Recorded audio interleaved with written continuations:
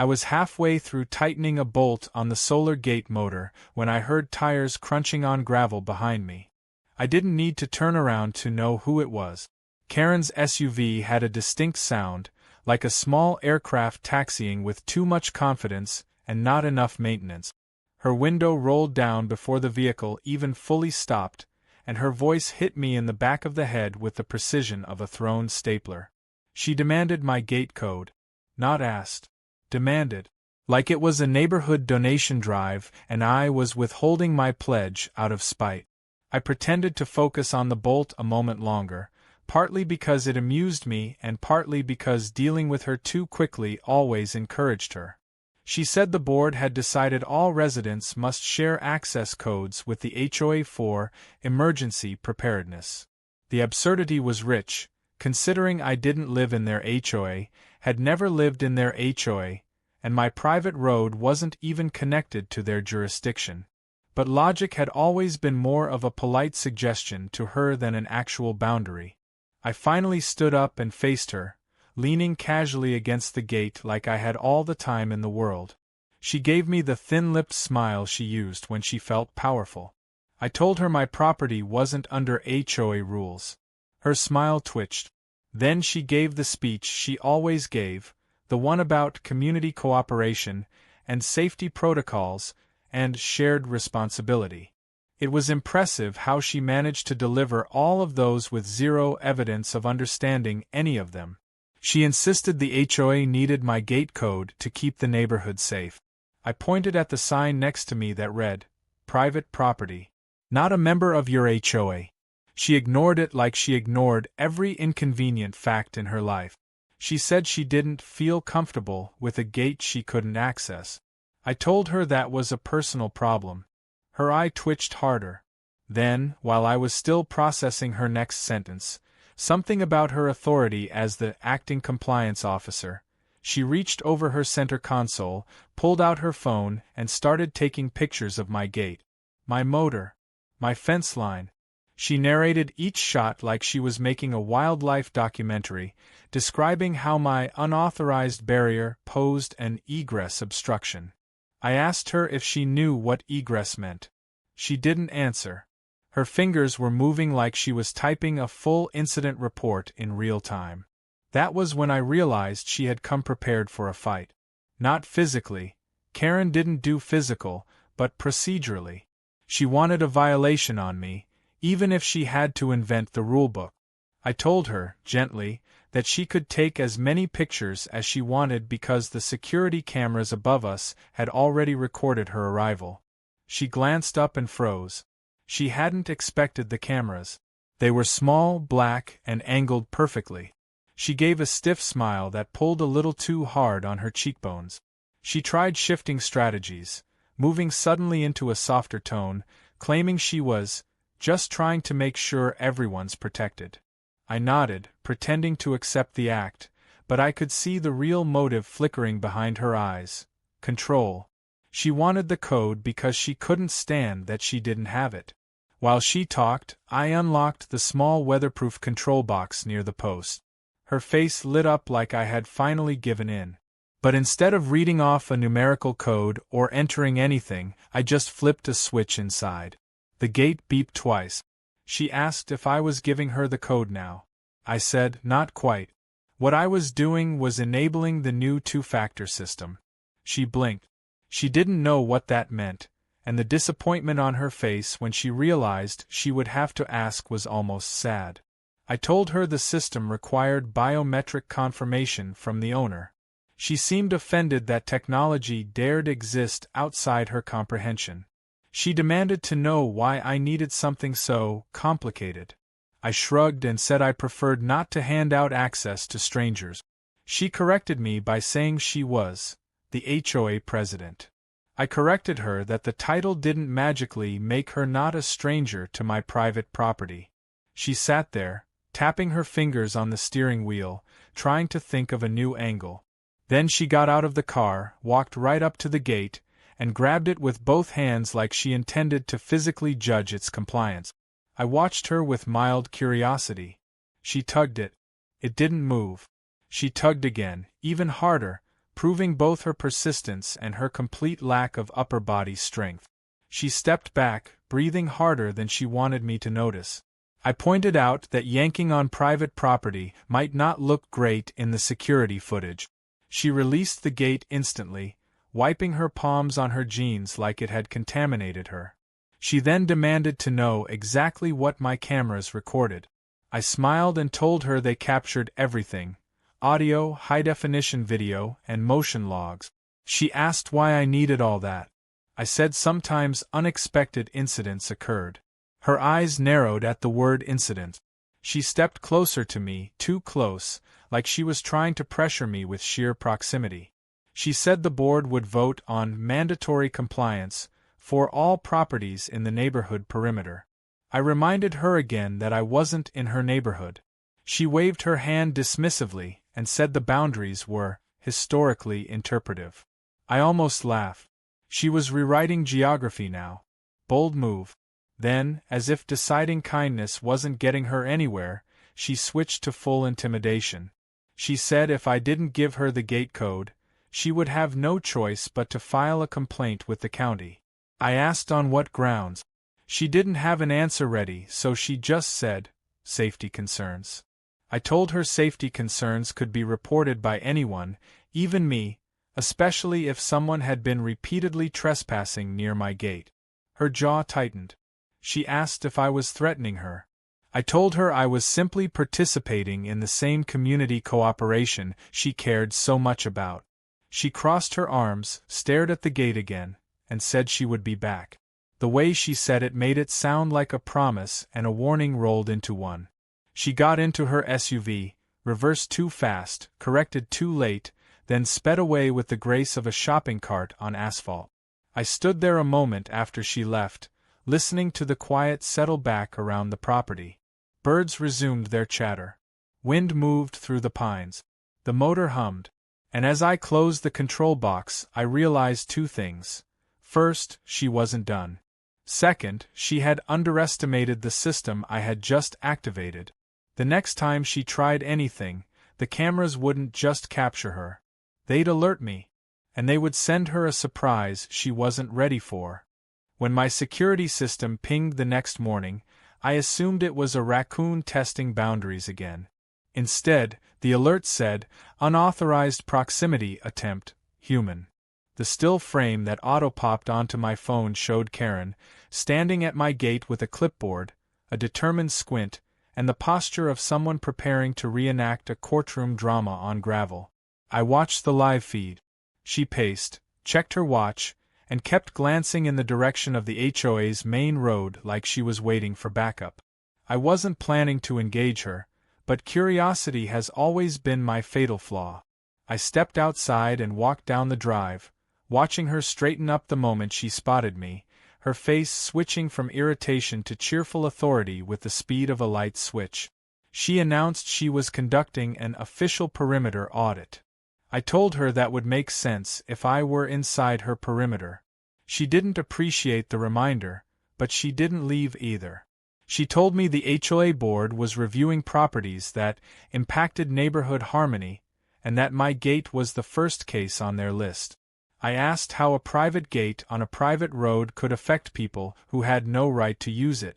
She replied that emotional impact counts too. That was a new one. I asked if she meant someone was emotionally affected by my gate existing. She nodded gravely, as though confirming an actual tragedy. Apparently, a few HOA residents were distressed that they couldn't use my road as a shortcut. I told her that distress was not a valid zoning category. She countered that communities evolve. I countered that property lines don't. She tried to maintain control of the conversation, but her frustration bubbled through her polished tone like carbonation escaping a bottle. She launched into a speech about how cooperation was a two-way street. I asked if that included her respecting boundaries. She dodged the question and said she expected my participation in the audit. I leaned against the post and told her she could observe anything visible from the public side, but she wouldn't be stepping onto my property. She made a slightly theatrical sigh to signal I was being unreasonable. Then she pointed her clipboard at the gate motor and began reading out loud from what sounded like a scripted checklist. She marked imaginary violations with dramatic flicks of her pen, as if building a portfolio of invented grievances. I quietly enjoyed the performance. She didn't realize the cameras recorded every spoken word, including the parts where she muttered that she wished she could just shut this thing off. She eventually marched back toward her SUV, but instead of leaving, she opened her trunk. I wasn't expecting what she pulled out: a bright orange measuring wheel, the kind survey crews use. She clicked it into place with the energy of someone convinced the laws of physics were optional. Then she began rolling it along the fence line, counting steps, adjusting angles, and treating every dip in the ground like it was evidence for a trial. I watched the spectacle unfold. She measured distances that had nothing to do with anything, scribbling so aggressively that the tip of her pen almost tore the page. I asked what she was calculating. She said she was checking whether my fencing encroached on community land. I reminded her, again, that this wasn't community land. She dismissed the correction with a flick of her wrist. After 15 minutes of this, she reached the wooden survey stake that marked the boundary between my property and the unclaimed drainage easement behind it. She poked the stake with her shoe, then bent down to inspect it. She asked who placed it. I said the county surveyor. She asked when. I said 3 years ago. She asked whether I had documentation. I said yes. Her eyes lit up with opportunity. She asked to see it. I told her she didn't have authority to demand my paperwork. She insisted she did, citing a non-existent statute. I told her she could cite unicorns too, still didn't make them real. Her cheeks flushed. She said refusing to show documents made me look suspicious. I said showing them to someone with no legal relationship to my property made me look foolish. Her jaw worked silently for several seconds while she tried to think of a response. She finally pivoted to a new tactic, claiming the HOA had received anonymous reports that my gate was obstructing access to emergency services. I asked which emergency service had ever attempted to use my road. She changed the subject. I told her my security system automatically opens for registered emergency vehicles. She asked how it recognized them. I said their transponder IDs were authenticated in the system. She didn't understand any of it, which frustrated her more. She accused me of creating a system too complicated for ordinary residents. I asked why ordinary residents needed access to my property. She didn't answer. She flipped through her clipboard instead, pretending to find something important. I could see the insecurity tightening her posture. She wasn't used to running into obstacles she couldn't talk her way through. Then she made her mistake. She said she would enter the easement to inspect whether my fence interfered with the water runoff. She stepped toward the rocks at the edge of my property. I told her that easement or not, she couldn't enter without county authorization. She said she didn't need any. I said she absolutely did. She planted one foot on the rocky edge, and that's when my phone buzzed again. The system had detected boundary pressure, which triggered the audible alert. A sharp beep sounded from the gate post speaker. Karen stumbled back in surprise. She demanded to know what that was. I said it was a perimeter alert triggered by unauthorized approach. She asked if I set it off intentionally. I told her it was automatic. That shook her confidence. She stepped away from the rocks, rubbing her arms like the air had suddenly chilled. Before she could regain momentum, another vehicle turned onto the road. A county truck. Not one she had called, but one that had been scheduled for weeks. The annual drainage easement inspection. The timing couldn't have been better. The inspector stepped out, clipboard in hand. Karen straightened, smoothing her shirt, preparing to present herself as the authority. Instead, the inspector greeted me by name, asked how the solar system was running, and complimented the new camera angle that caught raccoons more clearly. Karen's expression faltered. She introduced herself as the HOA president and said she was conducting an oversight review. The inspector raised an eyebrow and asked why the HOA was inspecting private property and county land. Karen tried to explain her evolving interpretation of boundaries. The inspector shut that down with a single sentence. "Ma'am, this land is not under your jurisdiction." Karen's face drained of color. The inspector asked whether she had authorization to stand on or near the easement. Karen stammered. I stood quietly, letting the scene unfold without adding fuel. The inspector issued a polite but firm warning that unauthorized inspection attempts could result in fines. Karen tried to shift blame onto her, concern for community safety, but the inspector didn't indulge her. He completed his check, confirmed the easement was clear, confirmed my fencing was exactly where it belonged, then wished me a good day. Karen watched him leave, her clipboard clutched like a lifeline that no longer worked. When we were alone again, she muttered that this wasn't over. I nodded. She climbed into her SUV, trembling with a mixture of embarrassment and rage, and drove off without looking back. As I headed toward the house, my phone buzzed one more time. A security alert. Motion detected. Archived automatically. And the system had tagged the recording with a new label. Repeated attempt, escalation likely. For once, the software and I agreed. She would return, and she would bring something new. Her need for control wouldn't let her walk away. And whatever she brought next, I was ready for. 2 days passed without a single sighting of Karen, which should have brought peace but instead felt like the property equivalent of the calm before a tornado touches down. When people like her go silent, they aren't defeated, they're recalibrating. And sure enough, at 9:14 a.m. on the third day, my phone buzzed with a security alert so specific it almost made me laugh. Attempted entry, multiple individuals, unknown intent. I opened the live feed and saw 3 people clustered at my gate. Karen was in the middle, dressed like she was running a televised town hall. On her left stood a short man with steel-gray hair wearing a blazer despite the heat. On her right, a taller woman holding a manila folder like she expected to hand me a subpoena. They were staring at my gate as if waiting for it to bow to their collective authority. I slipped on my boots and walked down the drive. By the time I reached them, Karen had her arms crossed in that signature pose, half command, half self-comfort. She greeted me with a smile stretched so tight it made her eyes look smaller. She introduced the man as Mr. Elliston, HOA Legal Liaison, and the woman as Mrs. Caro, the board's compliance specialist. I asked if either one had jurisdiction over my private property. The legal liaison cleared his throat and recited a statement about regional cooperative agreements. I asked him to produce the agreement. He said it was in progress. I told him that meant it didn't exist.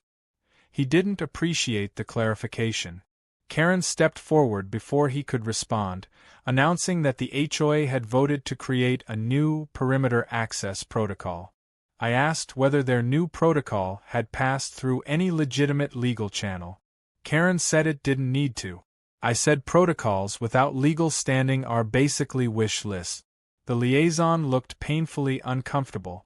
The compliance specialist kept glancing between us like she wasn't sure which version of reality she was supposed to endorse. Then Karen revealed her real agenda. She said the HOA had decided my gate posed a serious obstruction to community efficiency and must be disabled until a full review was complete. The audacity of it almost impressed me. I asked her who she expected would disable it.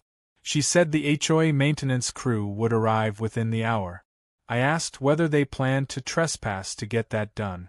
She didn't blink. She said the board had authorized necessary corrective action. I told her the county law didn't recognize HOA feelings as authority. That was when she pulled out the manila folder from the compliance specialist and handed me a document. I skimmed it. The entire thing was a masterpiece of vagueness and overreach. Not one sentence contained actual enforceable authority. My favorite line was the claim that my gate demonstrated obstructive potential in hypothetical emergency rerouting scenarios. Hypothetical. They were legislating make-believe. I handed the paper back and told her it wasn't worth the ink. She insisted it was legally binding. I told her the only thing legally binding here was the no trespassing statute she was currently ignoring. The liaison looked like he wished he had called in sick. The compliance specialist quietly stepped back, as though distance might absolve her. I thought the conversation might end there, but Karen wasn't done. She stepped toward the gate keypad and pressed a few random buttons, fully expecting it to unlock out of fear. When nothing happened, she pressed harder, as if force would persuade the circuitry. I told her the keypad wouldn't respond without biometric authentication. She said that was unreasonably exclusive. I said it was private property. She said privacy was relative. I said jail time wasn't. She tried to hide her frustration by switching tactics again. She asked if I would at least demonstrate the emergency unlock function, so they could verify its reliability. I told her the system only triggered for real emergencies. She asked me to simulate one. I said no. She said I was being uncooperative. I said she was being invasive. The liaison stepped in, attempting diplomacy, but his effort collapsed when Karen interrupted him to declare that the HOA would take this matter to the highest level. I asked whether that meant the county or just a more decorative clipboard. She didn't answer. Instead, she asked the compliance specialist for the device. The woman handed her a small handheld scanner. Karen pointed it at my gate like she had just pulled out a futuristic weapon. She pressed a button. The device beeped. She stared at it with intense expectation. Nothing happened. She pressed it again, harder. Another beep. Still nothing. I asked what she thought the scanner would accomplish. She said it could detect security vulnerabilities. I asked where she bought it. She proudly said, online from a specialized vendor. I said it looked like an overpriced stud finder. She froze. The liaison coughed in a way that suggested he was trying not to laugh. Karen's entire posture stiffened. She insisted it was a professional inspection tool. I told her that professional tools usually do more than beep politely. Her face went pink. Then she made her boldest attempt yet. She stepped back, inhaled deeply, and declared she was formally requesting entry onto my property to conduct an internal safety review. I said the request was denied. She said denial wasn't an option. I told her trespassing charges were. She glared at me, then at the cameras, then at her two companions, silently begging for someone to back her up. Neither did. She pivoted again. She said she would simply observe the gate from a closer vantage point. She took one slow step forward, testing whether I would react. I didn't move. She took another. And that's when the security system triggered the next-level response I had configured days earlier. A sharp triple-tone alarm sounded from the speaker above her. Louder than the standard alert, unmistakably a warning. Karen yelped and stumbled back, colliding with the legal liaison, who nearly dropped his briefcase. The compliance specialist jumped like someone had fired a gun. Karen demanded to know why the system was targeting her. I told her it wasn't targeting her specifically. It was alerting based on proximity threshold and motion analysis. She asked what that meant. I said it meant she triggered the hostile approach buffer. She asked if I programmed it to consider her hostile. I said the system reached that conclusion independently. The liaison failed to stifle a laugh that time. Her embarrassment turned into anger with alarming efficiency. She shouted that my system was profiling her. I told her it was identifying behaviors, not personalities. She didn't see the difference. She demanded that I shut it off immediately. I told her I wouldn't disable my own security because she was uncomfortable with consequences. She opened her mouth to argue again, but the compliance specialist quietly placed a hand on her arm and whispered something. Karen jerked her arm away, but the whisper must have struck a nerve. She straightened her clothes, exhaled, and told me they would handle this through official channels. I told her I looked forward to the paperwork. She turned to leave. The liaison followed with relief written all over him. The compliance specialist trailed behind, shaking her head like she had just survived a weather event. As Karen reached her SUV, she stopped, spun around, and pointed at me with a trembling finger. She said the board would force compliance, with or without my cooperation. I didn't respond. She slammed the door, reversed too quickly, corrected too slowly, and sped down the road, leaving a swirl of dust in her wake. When the dust settled, my phone buzzed again with a security confirmation. Escalation path identified. Prepared for contingency level 2. I stared at the message for a long moment, then looked at the road she disappeared down. She was planning something bigger. Something coordinated. Something messy. And I had the unsettling suspicion that whatever she chose as her next move wouldn't just involve my gate. It would involve the law. Or at least her interpretation of it. By the fourth morning, the tension in the air felt so thick I almost expected it to condense into dew on the grass. The security system had pinged twice overnight. Brief proximity flickers that suggested headlights slowing at the road before drifting off. I didn't check the footage right away. I preferred to let the universe deliver the reveal at its own comedic timing. And sure enough, the system delivered a full report just as I was finishing breakfast. Motion signatures. Vehicle make. Plate scan. HOA patrol cart. At 2:13 a.m., of all times. That alone would have been amusing, but the next alert was what made me set down my coffee. Multiple vehicle entry attempt anticipated. The system didn't guess. It predicted based on motion clusters, driving patterns, and location pings. Something coordinated was heading my way. Something with more horsepower than Karen's midnight curiosity lap. I stepped outside before they arrived, leaning against the porch railing, just watching the tree line the way ranchers watch for storms. 5 minutes later, I heard engines, 3, maybe 4, coming down the main road. They slowed. Turn. And then the caravan emerged like a budget version of a government convoy. 2 pickup trucks, an SUV, and a small utility trailer with orange cones stacked inside. HOA cones, unfortunately, bright, reflective, and purchased in bulk to justify community safety budgeting. Karen led the procession in her SUV, window down, chin raised like she was overseeing a military operation. Behind her, 4 board members I barely recognized stepped out of their vehicles holding clipboards, tool bags, and one overly ambitious man carrying a crowbar with the confidence of someone who had never used one for its intended purpose. I walked calmly down the gravel drive, arriving just as Karen exited her SUV with the ceremonial stiffness of someone about to break ground on a new development. She said the board was here to enforce perimeter code compliance. I told her she had neither a code nor compliance authority. She said she did now. I asked which law granted that.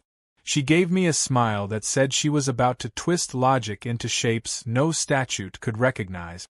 She claimed the HOA had unanimously voted to designate my gate a shared community access point. I pointed out that voting to claim property doesn't make it yours. She replied that my refusal to cooperate had forced the board's hand. I told her she should probably stop forcing things she didn't own. The man with the crowbar shifted uncomfortably, as though realizing he was holding an accessory to a crime.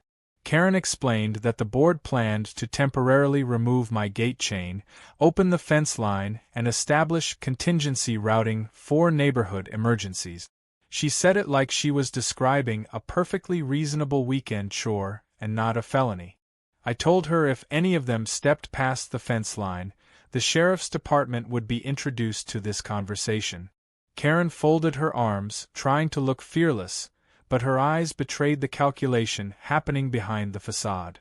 The board members began unloading cones and placing them in a neat line along the road, creating what they clearly believed was the boundary of their newly claimed jurisdiction. Watching them work was like watching toddlers attempt urban planning. One man paced out symmetrical distances with exaggerated strides to ensure precision. Another woman used a tape measure in ways that suggested she had only recently learned what a tape measure was. Meanwhile, Karen issued instructions in sharp, clipped sentences, insisting the board needed to establish command presence. I told her the only thing they were establishing was evidence. She ignored me. Then came the real escalation. The man with the crowbar approached my gate, hesitating only slightly before gripping the bar like it was a baton, and he was about to conduct an orchestra of poor decisions. I told him calmly that the cameras recorded facial recognition, height, weight distribution, and tool type. His hands loosened on the bar. He asked Karen if she was sure. Karen said the HOA had full authority. I said the HOA had full imagination. The man lowered the crowbar. Karen marched toward the gate herself, clipboard swinging like a gavel, voice sharp enough to carve ice. She announced she would initiate the preliminary physical assessment. I asked if she meant she was about to commit property damage. She ignored the question and stepped closer. Too close. That was when the system triggered Phase 2. The gate's upper speaker emitted a clear, authoritative voice generated by the system's deterrent module, deep, calm, and unmistakably official in tone. Warning. Unauthorized tampering detected. Incident will be logged and forwarded to county enforcement channels. Karen jumped back, shrieking loud enough to send a small flock of birds scattering from a nearby pine. The board members froze mid-step. The crowbar guy dropped his tool, which clattered against the gravel with a noise that sounded suspiciously like guilt. Karen demanded to know who had spoken. I told her it was the system's automated legal notification module. She shouted that I had no right to surveil her. I replied that she had no right to attempt forced entry. She yelled that I was creating a hostile environment. I said she had arrived with a demolition crew. She sputtered something about community welfare. One of the board members whispered to another, loud enough for me to hear. He warned us about this last year. Apparently there were minutes from some meeting where I had been the topic of discussion. Karen regained her footing, or something resembling it, and declared she was filing an emergency injunction. I told her injunctions require grounds. She said she had them. I asked her to list one. She said she didn't have to explain herself to me. I said she would have to explain it to the judge. She said the judge would understand. I said judges usually require facts. Her face reddened. She then pivoted into a tactic I didn't expect. Emotional appeal. She said the HOA residents were afraid. That they felt unfairly excluded. That my gate was creating social division. That communities relied on shared trust. She said all of this while standing on my property line with a crowbar less than 6 feet away. I told her trust required respecting boundaries. She said boundaries were subjective. I said laws weren't. She didn't like that answer. She tried one last strategy, an improvised one, clearly born from desperation. She said she would temporarily deactivate her crews until the board reconvened, but only if I agreed to participate in a neutral third-party evaluation of my property. I asked if the evaluation was conducted by actual officials or the same people who bought cones for emotional comfort. She hissed something that might have been a threat, but the board members behind her were already losing enthusiasm. Their postures slumped. Their confidence wilted. One by one, they began drifting back toward their vehicles. Karen saw the mutiny happening in real time and panicked. She shouted at them to return to formation. They didn't. The compliance specialist from earlier wasn't present this time, but I suddenly understood her quiet exhaustion on the previous visit. These weren't leaders. They were residents bullied into participation. Karen rounded on the group, raising her voice, trying to salvage authority. But the board's energy had evaporated.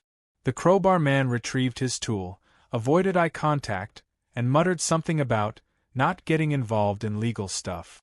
One woman insisted she needed to pick up her kids. Another claimed she had a pre-existing shoulder injury. Karen's frustration reached a visible breaking point. She declared, in a trembling voice, that she would return with real authority. I told her the sheriff was very real. She didn't appreciate the reminder.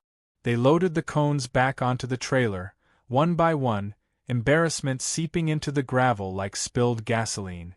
When they drove away, Karen's SUV lingered a moment longer, idling, windows up, engine rattling with barely restrained fury.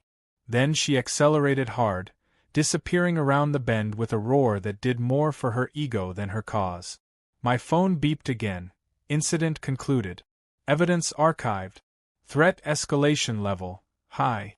I stood at the gate, watching the empty road, knowing the convoy might be gone, but the real storm was still gathering.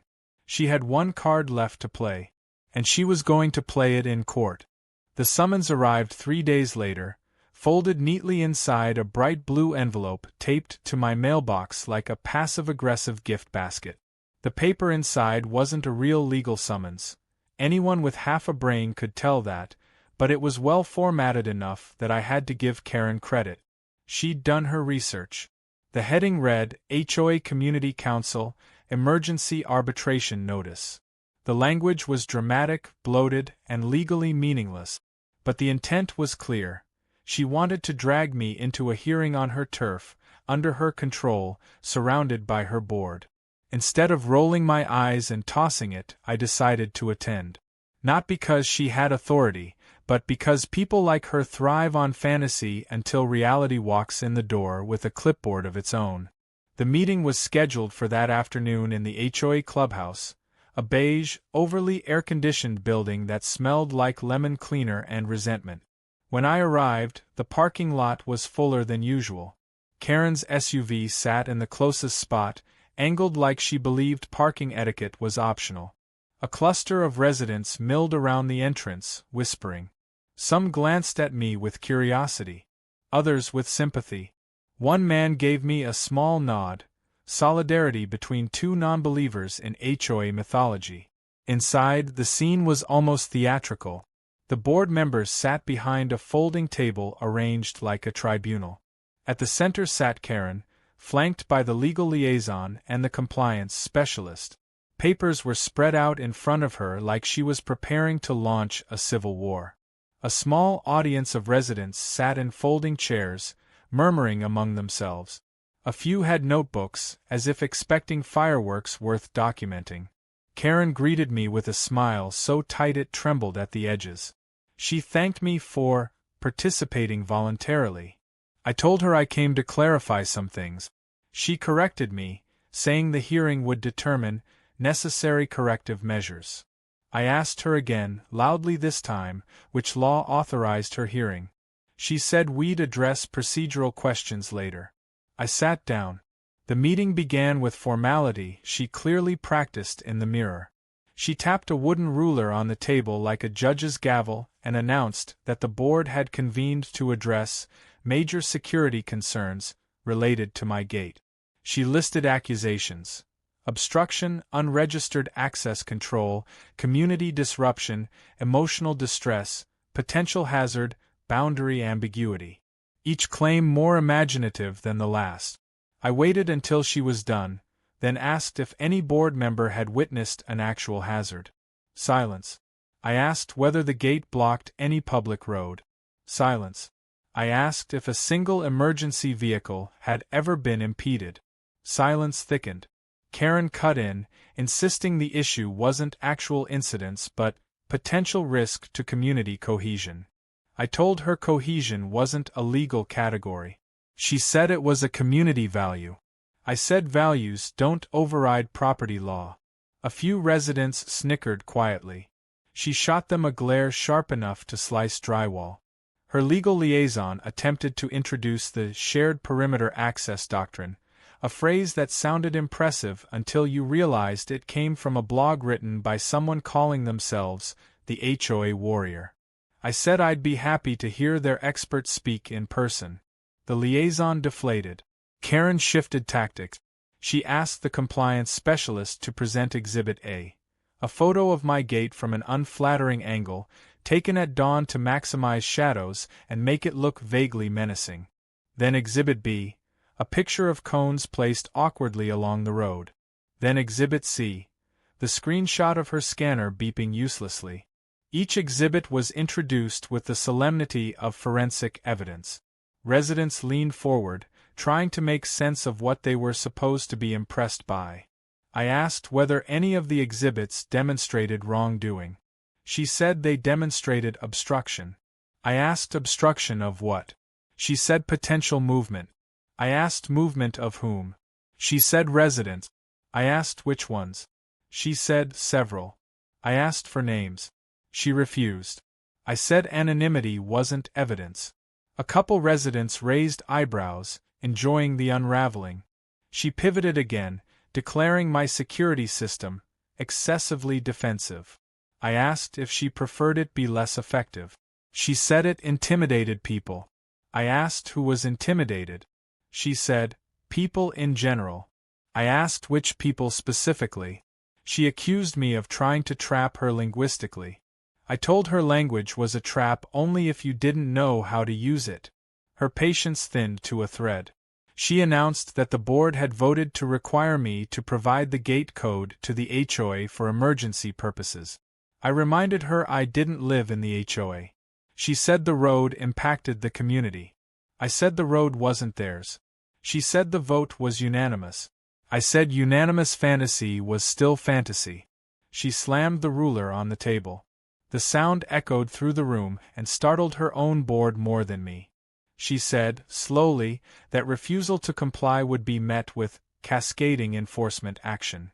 I asked her to define cascading. She said the HOA would take progressive measures. I asked if those measures involved trespassing, property damage, or more cones. A few residents laughed. Karen glared at them again. Then came the moment she had clearly rehearsed. She lifted a folder labeled Formal Complaint and announced she was submitting it to the county sheriff that afternoon.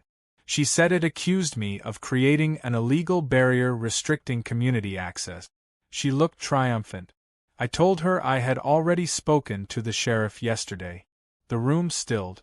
Karen blinked. Twice. I explained that after her Convoy incident, I forwarded the footage to the sheriff's department in case she escalated. A deputy had called me back. He reviewed the footage. He confirmed the gate was lawful, my road was private, and the HOA had zero jurisdiction. I told her the deputy said if the HOA attempted removal again, he would personally deliver a trespass warning to every board member involved. The room's energy shifted so sharply it felt like the air pressure changed. Residents exchanged looks. The board members froze. The compliance specialist covered her mouth. The legal liaison stared down at his papers as if hoping they would swallow him whole. Then Karen snapped. She accused me of sabotaging the hearing by weaponizing law enforcement. I told her I was simply informing the sheriff about suspicious activity. She said I was undermining community authority. I said authority wasn't something she could invent in a meeting. She accused me of manipulating the narrative. I said she was welcome to present her version to the sheriff. She said she would. I told her to bring exhibits A through C. They'd make great comedic relief. Her composure shattered. She began pacing, talking too quickly, insisting the HOA wouldn't be intimidated. But the board members weren't with her anymore. The compliance specialist quietly gathered her papers. The liaison leaned over and whispered something to Karen. Her face twisted with panic. And then came the moment she lost her audience. The final stage didn't arrive with drama at first. It slipped in quietly like a draft under a door. 2 days passed after the meeting, each one strangely peaceful. No sightings of Karen. No HOA carts lurking near the tree line. No cones. No board members trying to sprain their moral compass in my direction. Even the security system seemed bored. Only the usual raccoon mischief and one delivery truck backing up too close to the mailbox. But quiet is never the end when someone like Karen has made you her personal Everest. Quiet is just the inhale before the scream. The scream came at 11:42 p.m. on the third night. The alarm wasn't the standard ping. It was the system's highest alert, forced breach attempt, a priority one. I shot out of bed and checked the live feed. What I saw wasn't a subtle approach or a timid poke at the fence line. It was chaos. Headlights blazed against the gate from 2 angles. A third car sat half on the gravel, half in the ditch, its back wheels spinning uselessly. Karen was out front, hair wild, face flushed, gesturing frantically at two men I didn't recognize. One held bolt cutters. The other held something worse. A portable electric grinder, sparks already spitting as he tested the switch. Both men looked uncomfortable, confused, maybe even reluctant, but they were there, and they were equipped. I threw on boots, grabbed the flashlight I didn't need thanks to the floodlights, and walked down the drive. The closer I got, the clearer the audio feed became through the system. Karen was panicking. Not angry panicking, the real kind, where the voice cracks around the edges and the hands shake despite the bravado. She kept saying the same thing. Just cut it. Cut it before he calls anyone. Cut it now. Do it now. The bolt cutter guy muttered that he didn't want legal trouble. The grinder guy said something about this, not looking like what she described. Karen snapped that she was the HOA president and had full emergency authority to order access. The men hesitated. Her desperation sharpened. I stepped into the open, letting the motion lights wash over me. Karen froze mid-sentence. The men turned, startled. I walked forward slowly, calmly, as if coming to check on a sprinkler timer. Karen stepped back, the instincts of fight and flight battling behind her eyes. Flight was losing. She tried to summon authority, but the first attempt came out hoarse. The second attempt came out louder but cracked. She said this was an emergency intervention. I asked what emergency required power tools in the dark. She said she didn't have to explain. I told her trespassing at midnight with equipment designed for cutting metal was the kind of thing people did explain. To the sheriff. The grinder guy set his machine down instantly. The bolt cutter guy let his tools dangle at his side, palms opening in surrender. Karen flailed for new footing. She claimed the residents were in danger of being blocked out during a crisis. I pointed to the empty road behind her and asked if the crisis was imaginary or simply shy. She stepped closer, shaking, not with fear but with something far sadder, humiliation that had calcified into recklessness. She jabbed a finger toward the gate and shouted that I couldn't keep people out. I said I wasn't keeping people out, I was keeping her out. She didn't take the distinction well. Then came her unraveling in full. She said the road should have been hers. That the community depended on her. That she had tried for years to bring order to a neighborhood full of people who didn't appreciate structure. She said I made her look powerless. That my refusal taught others to ignore rules. That I ruined her authority. And there it was, the real motive laid bare in the cold glow of the floodlights. This wasn't about gates, or roads, or safety. It was about control. She needed the code because she needed people to need her. I let her talk. Not because I enjoyed it, but because the last pieces of the puzzle were falling into place. The system announced its next phase automatically. Law enforcement notification sequence initiated. A recorded warning, loud enough to rattle the trees. The grinder guy jumped. The bolt cutter guy swore. Karen screamed at the speaker, insisting I manually cancel the alert. I told her the alert wasn't manual. It was triggered by the grinder's decibel spike and the cutter's pressure signature. She demanded I shut it off. I told her no. And that was when she crossed the final line. She lunged toward the gate motor, not with a plan, not with tools, just raw, blind instinct. She grabbed the casing like she intended to rip it open. She didn't get the chance. The system triggered its last defense layer. A strobe burst, an automated verbal warning designed to deter vandalism. The flash disoriented her. She stumbled back, fell to one knee, and dropped her clipboard. Papers scattered across the gravel like a deck of cards thrown by a magician who gave up halfway through the trick. The two men backed away from her, shaking their heads. One mumbled that he was out. The other said something about not getting blamed for whatever this is. They got into one of the trucks and peeled out so fast gravel pinged off the trailer hitch. The third car's engine coughed to life and followed. Karen stayed kneeling a moment longer, breathing hard, staring at the ground like it might explain how her plan unraveled so completely. When she finally stood, she didn't look at me, not directly. She looked at the cameras, then at the gate, then at the dark road behind her. Her voice, when she spoke again, wasn't angry or authoritative. It was quiet, small, defeated in the way only someone who built their entire identity on control could be defeated. She asked what I planned to do with the footage. I said I didn't have to do anything. The sheriff would have the clips before sunrise. She nodded once, a movement so slight it barely qualified as agreement. Then she said something unexpected. I just wanted them to listen to me. For a moment, she looked almost human, exhausted, stretched thin, worn down by the weight of authority she had claimed for herself but never truly possessed. Then the mask returned, not fully but halfway, enough for her to gather a shred of pride. She insisted she wasn't afraid of consequences. I told her fear wasn't required for consequences to happen. She turned to leave, but halfway to her SUV she stopped, looking back at me with a strange expression, resentment and relief tangled together. She said she hoped I was happy now. I told her I didn't want her misery. I wanted my boundaries respected. She didn't answer. She drove off slowly this time, no dramatic acceleration, no gravel spray, no performance. Just taillights disappearing into the dark like exhausted embers. The sheriff arrived 40 minutes later. I met him at the gate.